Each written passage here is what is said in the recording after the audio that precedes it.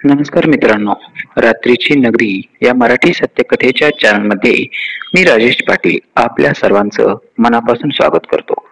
मित्रांनो, बरेच दिवस झाले मी आपल्या चॅनलवर कथा अपलोड करू शकलो नाही. त्याचं कारण सुद्धा अगदी तसंच होतं. आपलं चॅनल हॅक झालं होतं आणि त्याच्यावर मी तुमच्या आवडीची जी भाषा वापरली होती ना, त्या तुमच्या आवडीच्या भाषेमुळं युट्यूबनं बरेच निर्बंध घातले होते. या सर्व निर्बंधांना आता आपण पूर्णपणे पार केलं आहे. आता आपण युट्यूबच्या पॉलिसी प्रमाणे सर्व कथा तुमच्या मनासारख्याच भाषेमध्ये अपलोड करणार आहोत. थोडस सहकार्य असू द्या मित्रांनो. खूप दिवस झाले मी सुद्धा तुम्हाला खूप मिस करतोय. चला तर जाऊ द्या, आता ह्या सगळ्या भाकड कथा सांगण्यापेक्षा सगळ्यात महत्वाचं म्हणजे आपल्या कथेला सुरुवात करायचंय. आजच्या कथेचं नाव आहे शेजारची सगुना.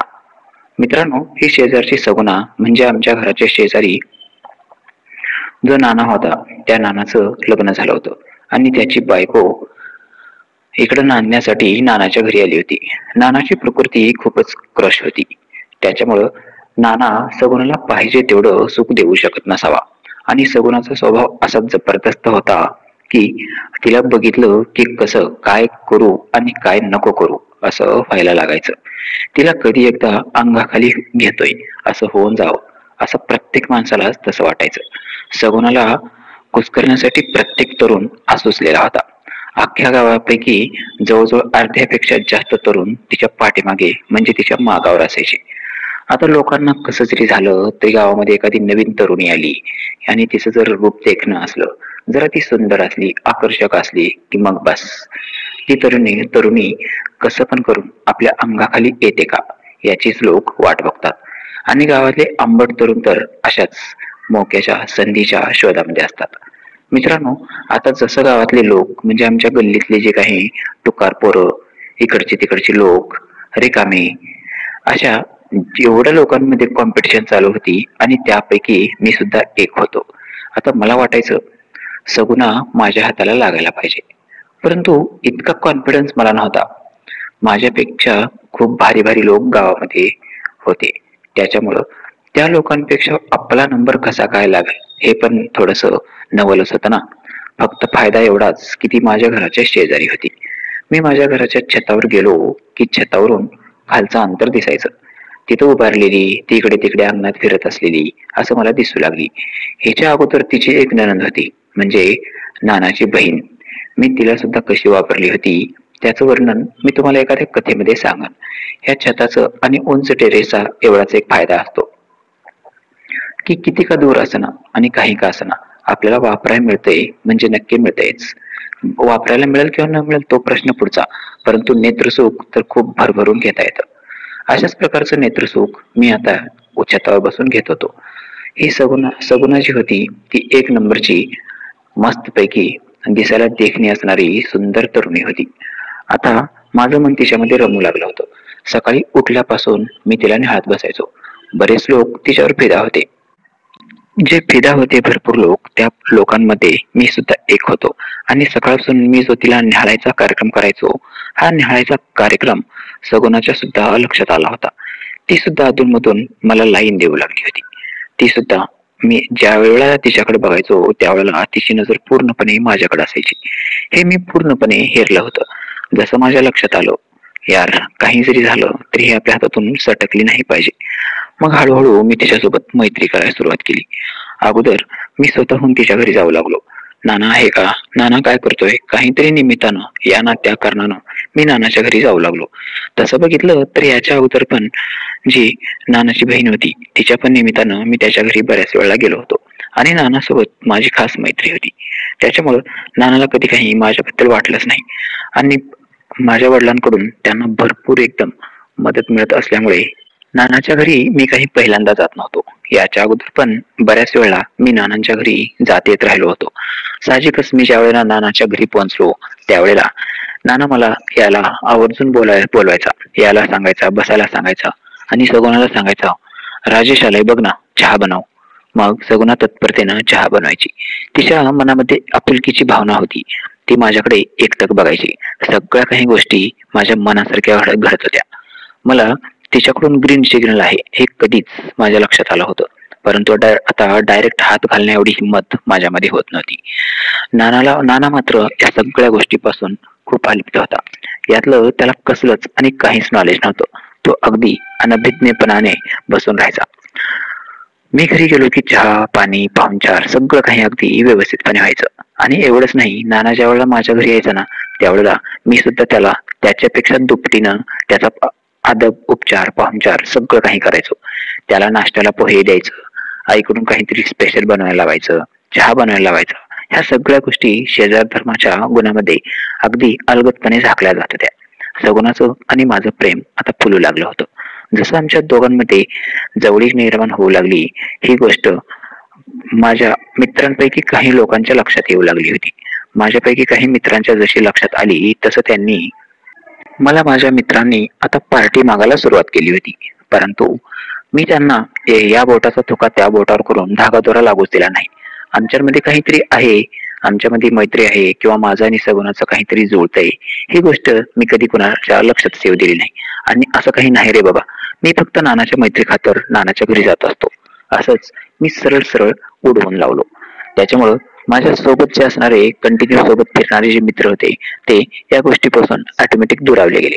आणि त्यांच्या मनामध्ये ह्या नानाबद्दल किंवा सगुणाबद्दल कुठलीच गोष्ट त्यांनी मनावर घ्यायला सोडून दिलं होतं. आता त्यांच्या काही लक्षात येत नव्हतं. हे मला सुद्धा माझ्यासाठी फायद्याची गोष्ट होती.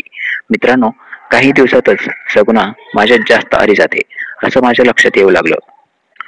अगदी थोड्या दिवसात आता मला सुद्धा वाजवायला मिळणार आहे, या गोष्टीची मला पुरेपूरपणे खात्री झाली होती. सगुणाचं ते भरलेलं यवन रूप बघून माझ्या मनामध्ये आनंदाच्या उकळ्या फुटू लागल्या होत्या.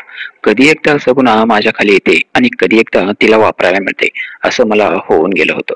परंतु मित्रांनो, किती दिवस वाट बघावी लागणार होते याच्याकडं माझं लक्ष होतं. आणि शेवटी तो दिवस उजडलाच. एके दिवशी नाना माझ्या घरी आला आणि मला म्हणाला, जरा मला 500 रुपये उसने देतोस का रे? मी म्हणालो, का, कशासाठी? तो म्हणाला, मी आईला घेऊन दवाखान्यात जाणार आहे. जरा बाहेरगावी जाऊन 2-3 दिवस तिची ट्रीटमेंट करून आणावी, कारण तिच्या कमरेचा त्रास सध्या खूपच वाढला आहे. तिच्या कमरेचा त्रास वाढला असल्यामुळं मला 2-3 दिवस तर तिची काळजी घ्यावी लागेल. दवाखान्यात नेऊन तिला ऍडमिट करून घेतो. घरी सगुणा एकटीच आहे, काही कमी जास्ती जर लागलं ना तर तू बघत जा प्लीज. मी नानाला म्हणालो, काय यार नाना, प्लीज वगैरे म्हणायची काय गरज आहे, मी आहे ना सगळं बघायला, तू नको टेन्शन घेऊ. मग तो एकदम बिनधास्त झाला आणि मला म्हणाला, राजेश तुम्ही आहात ना, तुम्ही शेजारी खूप छान आहात, त्याच्यामुळं तर मी अगदी बिनधास्त असतो. कधी काही लागलं तर तू पण मला सांगत जा. माझ्या जी काही मदत माझ्याच्यानं होऊ शकते ती मी पण करायचा प्रयत्न करीन. मी निखळपणे हसलो आणि त्याला म्हणालो, काय नाना, मला कशाची मदत लागणार आहे? आणि हो, तू म्हणतोस तसं बरोबर आहे, देव सुद्धा देवाच्या घरी यायला आहे, एकमेकाच्या घरी जावंच लागतं मागण्यासाठी. मग काय त्याच्यात, तू मला मागितलंस किंवा मी तुला मागितलो, काय होणार आहे? जाऊ दे, चल तू आईला घेऊन अगदी बिनधास्तपणे जा. 3-4 दिवस नाही, 5-6 दिवस जा. आणि हो, तू मला फक्त 500 रुपयेच का मागितलंस रे? 500 रुपयामध्ये कधी दवाखाना होत असतो का? नाना मला म्हणाला, अरे माझ्याकडे पैसे आहेत रे, परंतु कमी जास्तीला राहावेत म्हणून मी तुझ्याकडून 500 रुपये घेत आहे. मी त्याला म्हणालो, काय यार, आता काय हा जमाना आहे का 500 रुपयाचा? थांब.